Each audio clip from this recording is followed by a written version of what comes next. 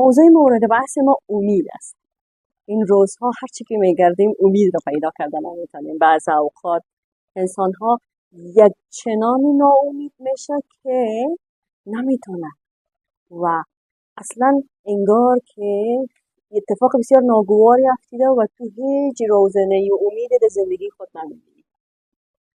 الهی که هیچ کسی امیدش خاموش نشه و اگر خاموش هم شد دوباره میتونه پیدا کنه. خب امید چی است؟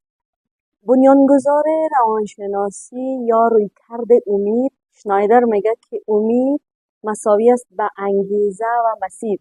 وقتی تو انگیزه داشته باشی و مسیرت هدفهایت مشخص باشه یعنی تو امید داری. درست؟ امید چیزی نیست که به کسی بده داده نمیشه. امید چیزی است که باید او رو بسازه، ساخته میشه. یعنی ما باید یک انسان را زمینه و راههایش برش یاد بدیم که امید زندگی خود بسازه.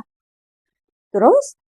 یعنی امید چیزی است که وقتی که ما از دست میدیم بعضی چیزها را، نادیده گرفته میشیم، تحقیر میشیم، به بعضی چیزها نمیرسیم، دست کم گرفته میشیم، پس این زمان است که ما ناامید میشیم. وقتی که این موضوعات اتفاق افتاد امید ما از دست میره. وقتی امید از دست رفت پس ما باید چه کار کنیم؟ بسازیم دوباره. چون امید در لابلایهای شکست ها و نادیده گرفتن ها گم میشه. پیداش کنیم، دوباره بسازیم و از نو آبادش کنیم. در صورت میتونیم این آباد بسازیم که انگیزه داشته باشیم و انشالله که امید خود هیچ وقت گم نکنیم.